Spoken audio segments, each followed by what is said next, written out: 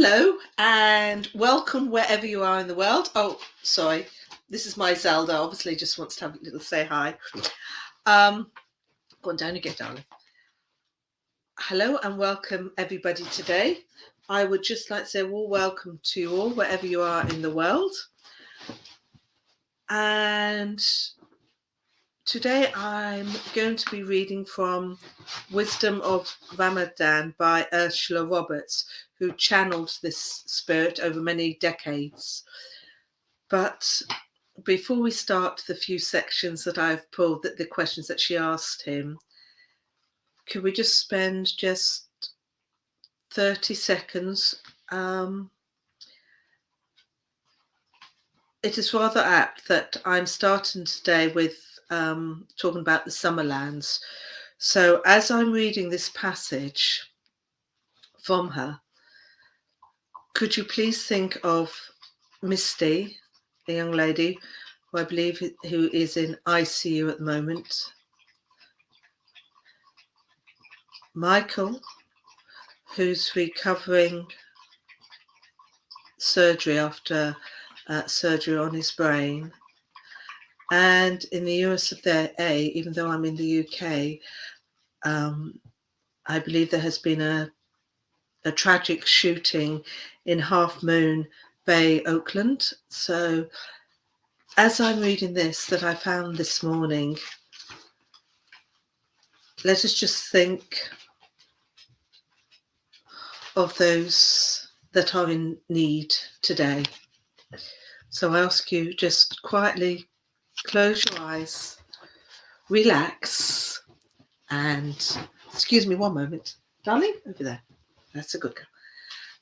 I'll just ask you just to relax and think of those that are in need of your love and your thoughts while I read this first passage with the question that she asked Ramadan.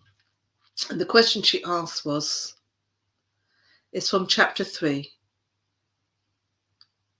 Life in the Spirit World. Can you tell us, and the question was, can you tell us something of the spiritual plane you call Summerland? And the answer and transcribed was, in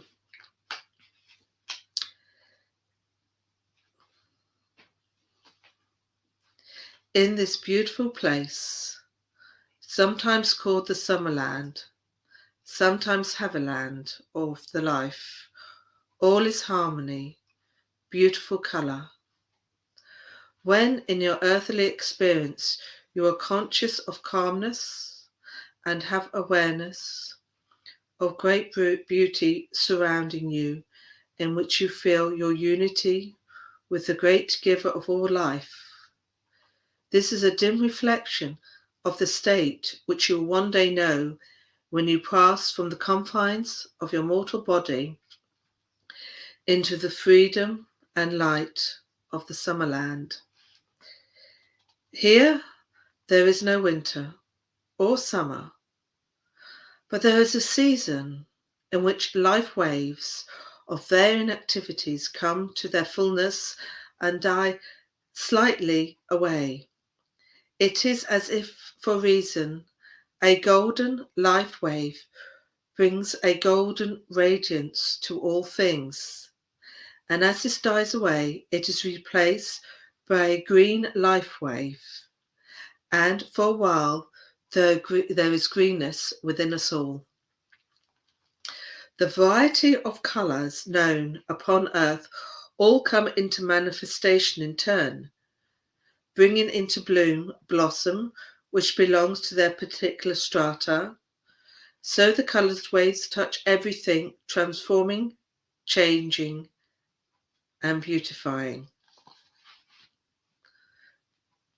The best way to understand this is to visualize yourself standing in some great, peaceful valley with gentle waters flowing through. From time to time, there is a mighty rainbow, or lamp with rainbow colours, which slowly turns in its orbit, flooding the valley, touching the grass, hillsides, and transforming the calmness of the waters with the differing shades reflected.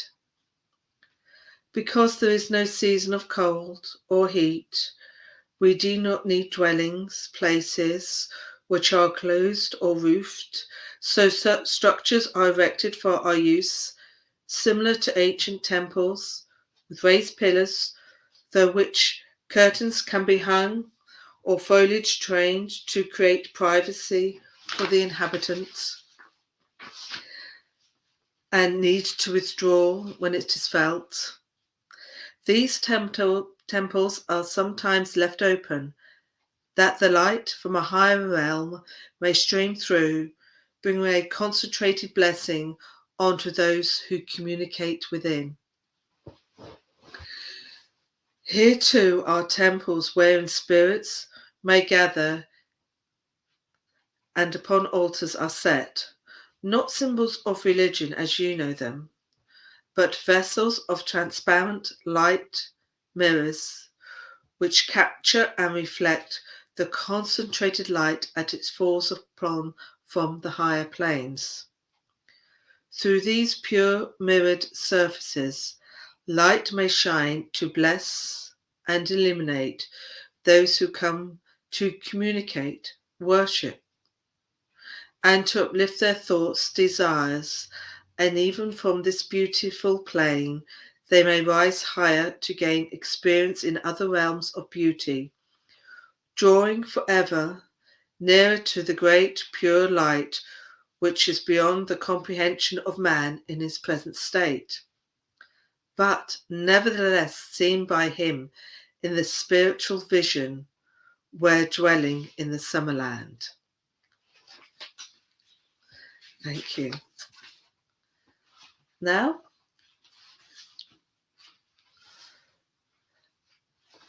I hope you all enjoyed that and gives much food for thought at this time and those in our thoughts.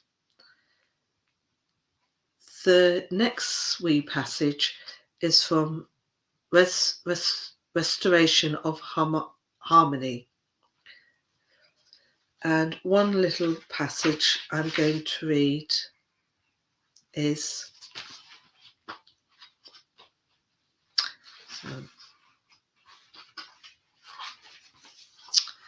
I digress, it's been one of those days. I'm actually going to read chapter 4, which is the power of thought.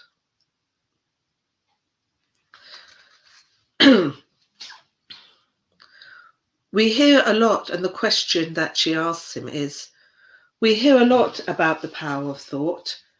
Can you explain this from a spirit's point of view?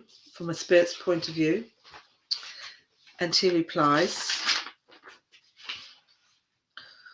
whilst you're in the immortal existent, you seldom use your power of thought to construct anything in creative beauty. You are taught to absorb ideas and to remember teachings which relate to your mortal life. But you should learn during your childhood and youth how to create by the very action of your thinking. Your children should be given trays on which are spread fine particles of delicate sand and little films of dust. They should be taught how the power of thought can emanate such a radiation from the cells of their brain and eyes that as they concentrate, they can influence matter itself until the particles begin to form themselves into beautiful crystalline patterns. It should be possible for you to look upon a little living flame and by the power of concentration either bend the flame or pierce the fine, warm air surrounding it so that the flame flickers and responds to the action of your thoughts. But you never even try these experiments to prove your mastery over the earth's fine forces. You allow your thoughts' power to be wasted in turning around and around in your mind with some little problem, or you fall into negative waves of thoughts by creating patterns which are inharmonious and sometimes harmful to yourself and others. The human body through which your will is expressed may be divided into 3 states, 3 levels. The level above, your brow, is filled with an intensity of ethereal matter that is light and spiritual and most easily affected by your constructive and holy thoughts. The level below the brow, into the region of the heart, is where the etheric matter has a heavier vibration, and when thought is concentrated here, it creates patterns and pictures of different degrees. Below your heart and downwards to your feet, there is a heavy density of matter into which quite often your thoughts will pass, but they will relate very much to your physical body and deeper thoughts of your heart. The thoughts of most people are below the heart and are often inharmonious, turning around in a burrowing restlessness that can be likened to a little crab turning in its burrow until itself is the coolness of the damp sand. As an inharmonious thought goes deeper into the cell matter of your physical body, burrowing like this crab, it penetrates it until it can be seen reflected on your body. It will show either as disease in a blockage with the circulatory system, or it falls that may injure the leg or feet. In injuring the lower part of your body, you are reflecting an inward thinking that has preceded this over a long time. The actions of your thoughts take longer to reflect in the denser matter of the lower person than does the higher spiritual thought from the realms of the brain. So let your thoughts go out in harmony and strength to rebuild, reharmonize, and heal that which you have made imperfect. In the region below the brow are the organs associated with hearing, speaking, breathing, and moving. All these sensitive organs are responsible to your thoughts. Do you ever think of listening to the music of the spheres, the singing of the leaves, or the music created by the singing insects? Do you listen with sympathy to the crying of your brothers and sisters, or do you influence your delicate organs of hearing with your desire to be deaf to the cry of the unloved and unlovable in your world? Do you give forth love, or do you close your heart in irritability because the ones near you are demanding affection? You are influencing your own organs by the very action of your thoughts. Think constructively and reconstruct your own body out of patterns of illness, disease into harmony and health. Learn to think from above the brow. Think the thoughts of spirit, self, direct, active of thoughts to the heart and those below the heart, that all may be reconstructed into the harmony and health. The other little passage is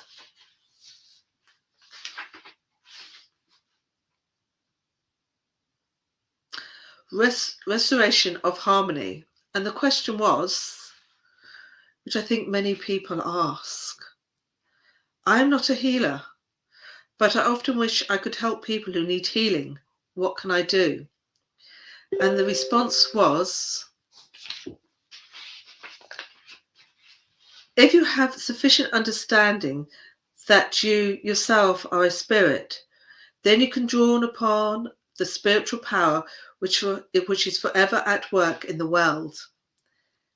If you desire to draw healing to yourself or to impart it to others who are in need, sit yourself in some restful place and allow to drop away all fret, anxiety, and fear. Slowly bringing yourself into a state of quiet, meditative thought until you are conscious of the deep peace of the Spirit and the warmth of the love which heals all things. Then in loving thought, send to those you desire to help the silver thread of your influence. Visualize their eyes as you last saw them, for the eye is the window of the soul. And if the expression of the eye was weary, lonely, or closed with fearfulness, see it change into joy, peace, glowing health. Try to hold that picture at the same time, attempting to unite those people whom you desire to help with the following warmth and peace which is coming to you. Always where there is a desire to help, there will be watching spirits who will endeavour to forward your work. Spiritual healing is very much a living influence transmitted from soul to soul and would flow from your soul into their hearts.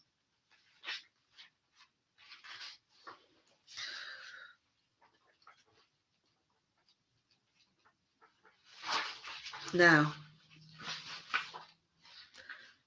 the last piece I'm going to read, and then we'll end with, which is the last piece in her book, which is her prayer to consolidate everything. And on the theme, she asked the question, how would you answer the question, am I my brother's keeper?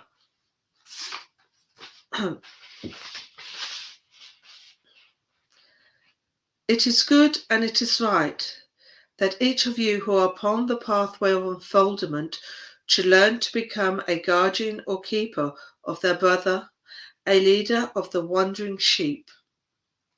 Consider what care the shepherd looks after his sheep, planning the pastures wherein they may feed, and yet are the sheep all unheeding of his tending, aware that they may feed, and that they are the sheep all unheeding of his tendering, aware of him only when confused seize upon them, and they flock become scattered.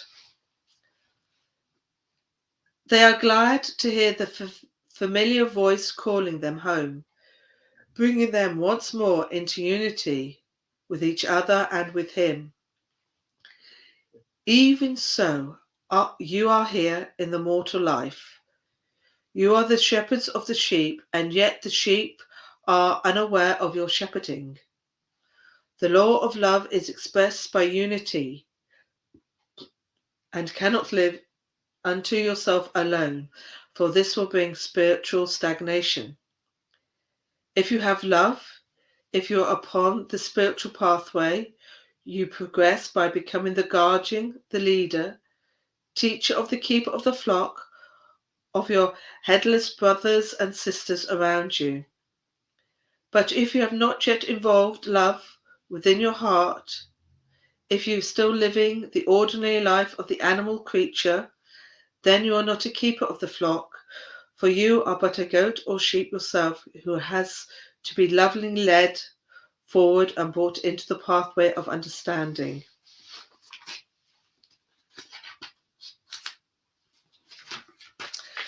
And then another question is following this is a hard teaching. Is this not contrary to the law of personal responsibility? No, that is not true. It is the sea of mortal experience. You cannot live unto yourself alone. You are part of the great community of life surrounding you, interpreting your thought, touching your aura, following you through your physical body. As you progress, your understanding of the law of personal responsibility will come more and more into attunement with the great giver of all good. Until you are purified, love becomes a universal compassion for the people around you, as this flows from you into the great sea of human life. Your knowledge that you are the keeper of the flocks, the shepherd of the sheep, for you are the keeper of the brother and sister nearest to you, shepherding them to the way towards the light. They may be unaware of your influence, even as the shepherd who follows closely behind the shepherd as he quietly goes forward. You may say you do not possess them and they do not belong to you. Nevertheless, in your spiritual influence, you show that you are the brother's keeper, keeping him in the warmth of truth and beauty. What about the guiding ones in spirit? Are you your brother's keeper? Yes, we are the keepers of those in the mortal life, for we know that before we can come into a closer kinship with the great spirit of joy, we must first bring home from their wandering ways some of the weak, the lost, and the hungry, by interpreting our silent influence into their consciousness, that the good therein may be stimulated to unfold the growth strong, and that they may see the way and walk the paths which lead to the things of the Spirit. Now, the last thing that Ursula Roberts managed to come through was a group prayer, and we will just end on this. So please still think of all those that I've mentioned and all those that you feel are in need, those that you know, those that you don't know. Let's think of everybody. A group prayer. He ends with, we would gather together the sacred petals of thought created by the consciousness of all who are here, bringing them together in one beautiful blossom, that they may join into the stem of our teachings, thus creating a lovely flower enfolded in the soft green leaves of sympathy that wing from the hearts and thoughts of those present. As we create this beautiful blossom, like a lovely chrysanthemum, glowing with the purity of light and tingling with the gentle pink of love, we would uplift it. Although, great Creator, that the bloom may be taken unto the altars of prayer, into the temple of light, there to lie for a time, gleaming, glistering, with the blessings with each comes from thee. So thank you very much for your time and listening, and I hope somewhere that may have touched somebody. So thank you very much for listening. From Dartmoor in Devon. Bye-bye.